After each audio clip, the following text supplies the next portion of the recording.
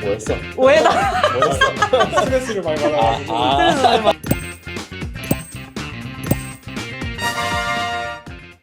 궁금한 거 있어요. 보통 성병이라고 하면은 이제 성행위가 발생하는 이제 아무래도 생식기 쪽에서 나는 게 위주일 텐데 어쩌다 그게 입으로 나고 그게 아까 말을 했던 것처럼 이게 뭐 장기랑 기관이랑 타고 속에서 뭔가 이렇게 안 좋게 돼서 이게 나타나는 거야? 아니면 구강성교로 이게 오는 거예요? 그렇지. 그게 이제 그 보통은 우리가 뭐 성행위를 할 때 굉장히 많이 인볼브가 되잖아. 입이 뭐 키스를 하기도 하고 그 다음에 실제로 그런 이제 성기랑 입이 직접 닿기도 하고 하기 때문에 그런 균이나 바이러스가 바로 입으로 들어오는 경우가 있어요. 되게 난감해하는데 왜 이렇게 좋아하냐? 아니 근데 이거 되게 중요한 얘기야. 그래서 이제 그 성병 자체가 이제 입으로 많이 이제 발현이 되는 것도 있고 그 다음에 균이 들어와서 몸 안에서 혈액 순환을 통해서 돌면서 이제 전신의 다른 증상들을 나타내게 할 때도 만약에 장기 내에 출혈이 있으면 다른 내장에 있는 건 우리가 안 보이잖아. 내시경을 보거나 아니면 뭐 MRI 찍거나 아니면 개복 수술해서 열어서 봐야 볼 수 있잖아.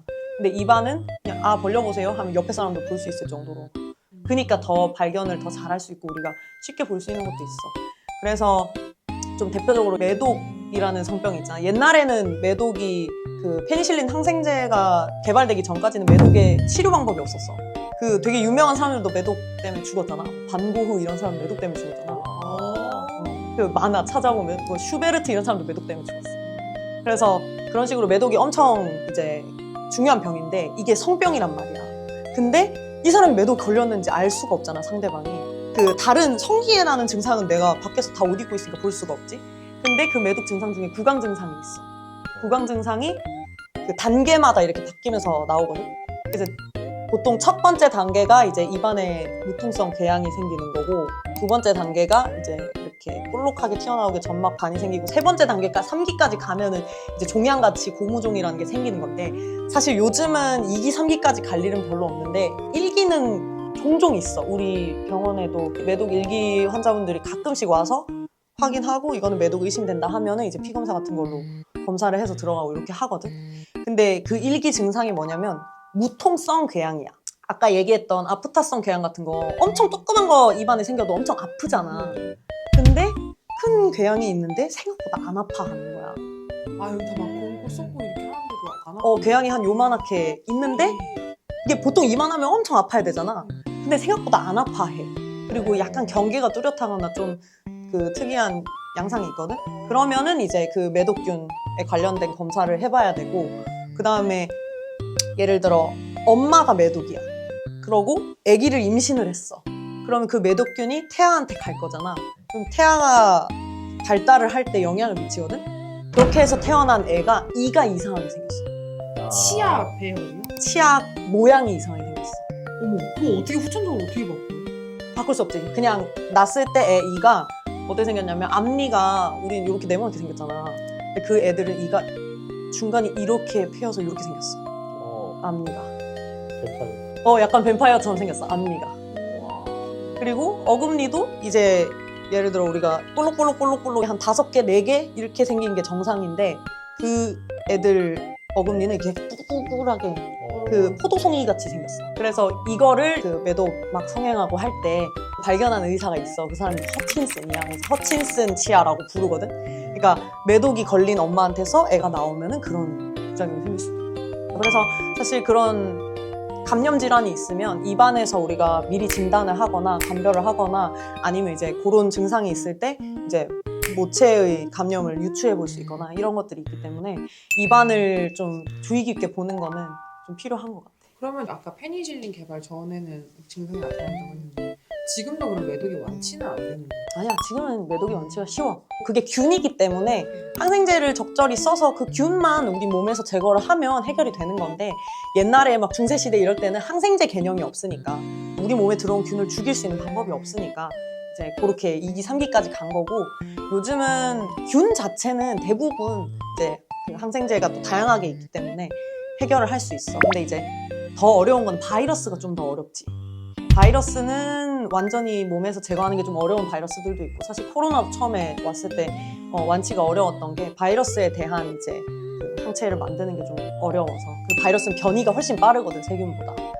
그래서 좀 어려웠던 거고 매독균 이런 거는 그렇게 치료가 어렵진 않은 걸로 알고 있어요. 그럼 매독이라는 거를 치과에서도 진단을 내리나요?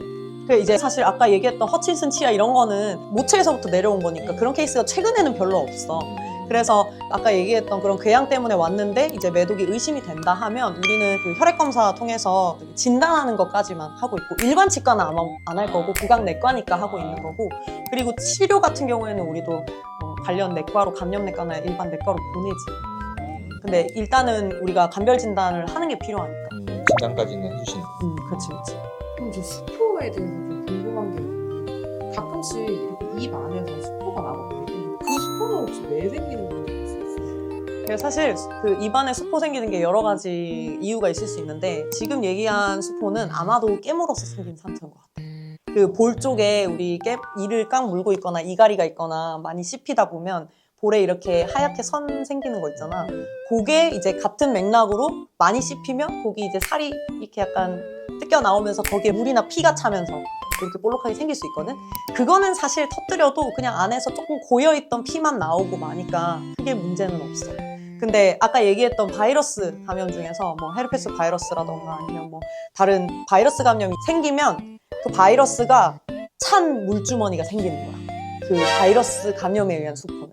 그래서 그거는 터뜨렸을 때 감염력을 확 키울 수 있는 거라서 그거는 억지로 터뜨리면 안 좋고 만약에 터졌다 하면 뭐 수건 가족이랑 같이 쓰지 않거나 뭐 이렇게 좀 격리를 하는 게 필요해.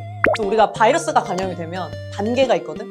보통은 바이러스가 외부에서 우리 몸에 들어오면 대부분은 잠복기를 거쳐. 그래서 신경절이나 이제 그 바이러스가 좋아하는데 숨어 있다가 내 몸이 컨디션이 떨어지면 이 바이러스가 이제 나와서 이제 활동을 시작해. 그러면서 수포 같은 거를 만드는 게 바이러스는 자기 복제를 계속 하거든. 자기 복제를 해서 얘를 이렇게 모아놓는 주머니가 필요하잖아. 그러니까 수포 같은 게 생기는 거고. 그러고 나서 이게 점점 커져서 한계가 넘어가면 그 수포가 터지게 돼 있어요. 그때는 확산기야. 이렇게 그 바이러스가 생성된 애들이 퍼지는 시기고 그러고 나면은 우리 몸에서는 이제 터진 수포가 궤양으로 남겠지. 그거를 이제 낫게 하는 회복기 이렇게 돼.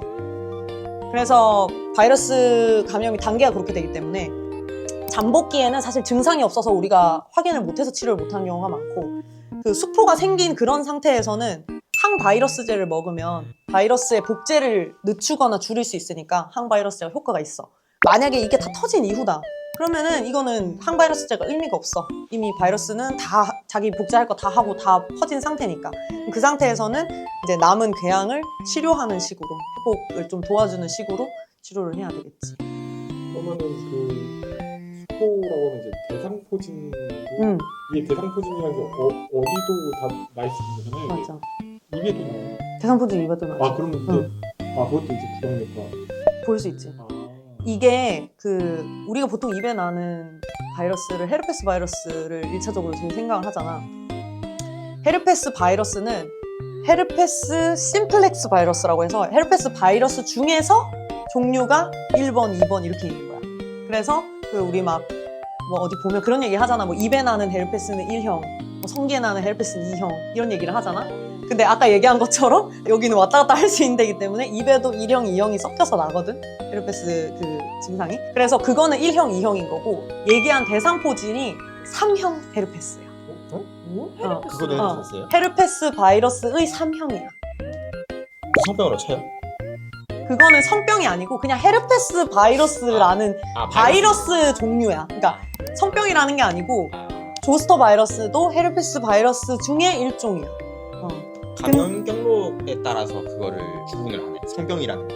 아, 성병은 감염 경로에 따라서 하는 거야. 그래서 사실 입안에 있는 이런 헤르페스는 꼭 성적 접촉이 아니어도 그냥 우리가 접촉을 할 수 있는 부위고 아까 얘기한 그런 수포 터질 때 입안에 묻은 거 이런 게 올라갈 수도 있고 하기 때문에 무조건 성적 접촉으로 가는 건 아니거든.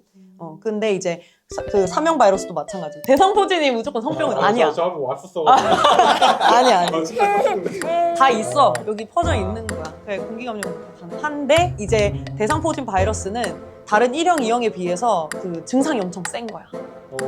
그냥 엄청 증상이 센 헤르페스 바이러스인 거야. 뭐 했어? 오해다. 뭐 했어? 스트레스를 많이 받아가지고 스트레스를 많이 받는 케이스.